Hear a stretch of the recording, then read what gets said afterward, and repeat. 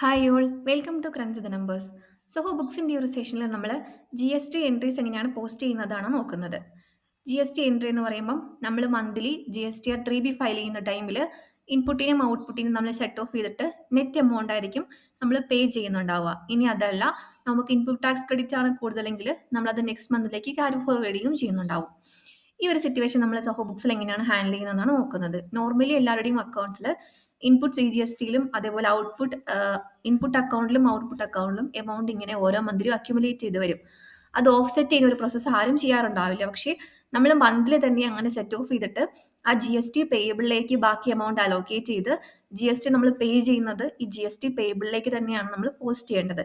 ഇതാണ് അതിൻ്റെ ഒരു നോർമൽ പ്രോസസ്സ് എന്ന് പറയുന്നത്. അതിനായിട്ട് നമ്മൾ ഫസ്റ്റ് റിപ്പോർട്ട്സിൽ വന്നിട്ട് ബാലൻസ് ഷീറ്റിൽ ഒന്ന് അനലൈസ് ചെയ്യണം നമ്മുടെ ഈ കറണ്ട് മന്തിൻ്റെ സിറ്റുവേഷൻ എന്താണെന്നുള്ളത്.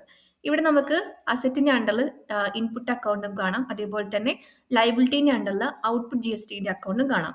ഇപ്പോൾ എനിക്ക് ഔട്ട്പുട്ട് ജി എസ് ടി വന്നിരിക്കുന്നത് 22,000 ആണ് ടോട്ടൽ. ഇൻപുട്ടും C G S T S G S ടിൻ്റെയും കൂടെ കൂട്ടിയിട്ട് 22,936. അതേ സമയത്ത് ഇൻപുട്ടിൻ്റെ ടോട്ടൽ വന്നിരിക്കുന്നത് 7,560 ഉള്ളൂ.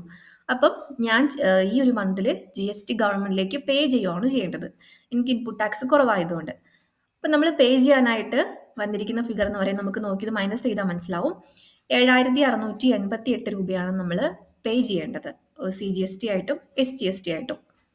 ഈ ഒരു സിറ്റുവേഷനിൽ നമ്മൾ ആദ്യം ചെയ്യേണ്ടത് ഈ ഒരു നെറ്റ് പേയബിൾ എൻട്രിയിലേക്ക് എത്തിക്കുക എന്നുള്ളതാണ്. ഇപ്പോൾ ഇൻപുട്ടിലും ഔട്ട്പുട്ടിലുമാണ് എമൗണ്ട് കിടക്കുന്നത്. ഇതിൽ തമ്മിൽ സെറ്റ് ഓഫ് ചെയ്തുകൊണ്ട് ആ ഒരു പേയബിൾ എൻട്രി നമ്മൾ പോസ്റ്റ് ചെയ്യുക എന്നുള്ളതാണ്. അതിനായിട്ട് അക്കൗണ്ടിൻ്റെ അണ്ടറിലുള്ള മാനുവൽ ജേണലാണ് നമ്മൾ എടുക്കുന്നത്. ഇവിടെ നമ്മൾ ന്യൂ എൻട്രി ക്രിയേറ്റ് ചെയ്യുന്നു, ആ മന്തിൽ നമ്മൾ ക്രിയേറ്റ് ചെയ്യുന്നു. നരേഷനായിട്ട് ഞാനിവിടെ set of entry four G S T എന്നുള്ളതാണ് കൊടുക്കുന്നത്. ദെൻ ഇവിടെ നമ്മൾ പോസ്റ്റ് ചെയ്യേണ്ട എൻട്രി എന്ന് പറയുന്നത് നമ്മുടെ ഔട്ട്പുട്ടാണ് ഇപ്പോൾ കൂടി നിൽക്കുന്നത്. അപ്പം നമുക്ക് ഇൻപുട്ടിനെ എന്ത് ചെയ്യണം, ഔട്ട്പുട്ടിലേക്ക് നമ്മൾ സെറ്റ് ഓഫ് ചെയ്യുകയാണ് ചെയ്യുന്നത്. അപ്പോൾ നമ്മൾ ഇൻപുട്ടിനെ കുറച്ചിട്ട് അത് ഔട്ട്പുട്ടിലേക്കാണ് നമ്മൾ അലോക്കേറ്റ് ചെയ്യുന്നത്. അതിനായിട്ട് നമ്മൾ ഇവിടെ output C G S T എന്നുള്ളത് എടുത്തിട്ട് നമ്മൾ ആ ഇൻപുട്ടിൻ്റെ എമൗണ്ടാണ് ഇവിടെ എൻട്രി ചെയ്ത് കൊടുക്കുന്നത്, ഈ മന്തിലെ ഇൻപുട്ട്. അതേപോലെ തന്നെ ഔട്ട്പുട്ട് എസ് ജി എസ് ടിക്കും ആ ഒരു മന്തിലെ നമ്മുടെ ഇൻപുട്ട് എസ് ജി എസ് ടിൻ്റെ എമൗണ്ട് അലോക്കേറ്റ് ചെയ്യുന്നു. അതേപോലെ തന്നെ നമ്മൾ ഇൻപുട്ടിൽ വന്നിട്ട് ഇൻപുട്ടിൽ നമ്മൾ ഇതേ എമൗണ്ടിൽ കുറയ്ക്കുകയാണ് ചെയ്യുന്നത്, 3,780 രൂപയ്ക്ക് കുറയ്ക്കുന്നു. അതേപോലെ തന്നെ നമ്മൾ ഇൻപുട്ട് എസ് ജി എസ് ടിനെയും കുറയ്ക്കുന്നു. ഇങ്ങനെ ചെയ്യുന്നതുകൊണ്ട് സംഭവിക്കുന്നത് ഇതിലുണ്ടായിരുന്ന ഈ ഇൻപുട്ടിലുണ്ടായിരുന്ന എമൗണ്ട് നമ്മൾ ഔട്ട്പുട്ടിലേക്ക് മാറ്റും. അപ്പോൾ ഔട്ട്പുട്ടിൽ അത്രയും പേയബിൾ കുറയും, ബാക്കിയായിരിക്കും നമുക്ക് നെറ്റ് പേയബിൾ ആയിട്ട് വരുന്നത്. ഇവിടെ നമ്മൾ സേവ് ആൻഡ് പബ്ലിഷ് എന്നുള്ളത് കൊടുക്കുന്നു.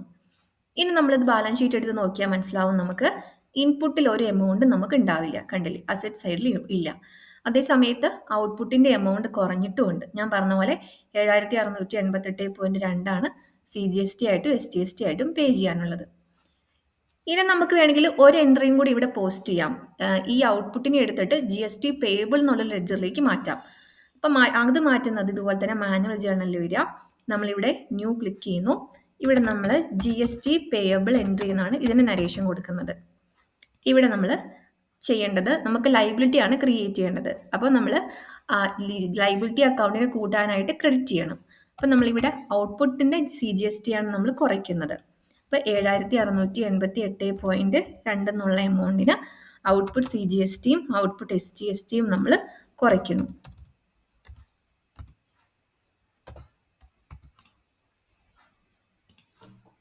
അതിനുശേഷം ഈ ഒരു എമൗണ്ട് നമ്മൾ ജി എസ് ടി പേയബിൾ എന്നൊരു അക്കൗണ്ടിലേക്കാണ് അലോക്കേറ്റ് ചെയ്യുന്നത്. ദെൻ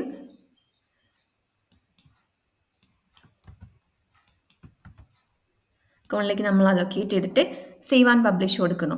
ഇപ്പോൾ നമുക്ക് ബാലൻസ് ഷീറ്റ് എടുത്ത് നോക്കിയാൽ മനസ്സിലാവും, ഔട്ട്പുട്ട് എന്നുള്ള അക്കൗണ്ടും ഇവിടെ 0 ആയിട്ടുണ്ടാവും. എന്നിട്ട് അത് ജി എസ് ടി പേയബിൾ എന്നുള്ള ഹെഡിലായിരിക്കും 15,376 രൂപ വന്നിട്ടുണ്ടാവുക.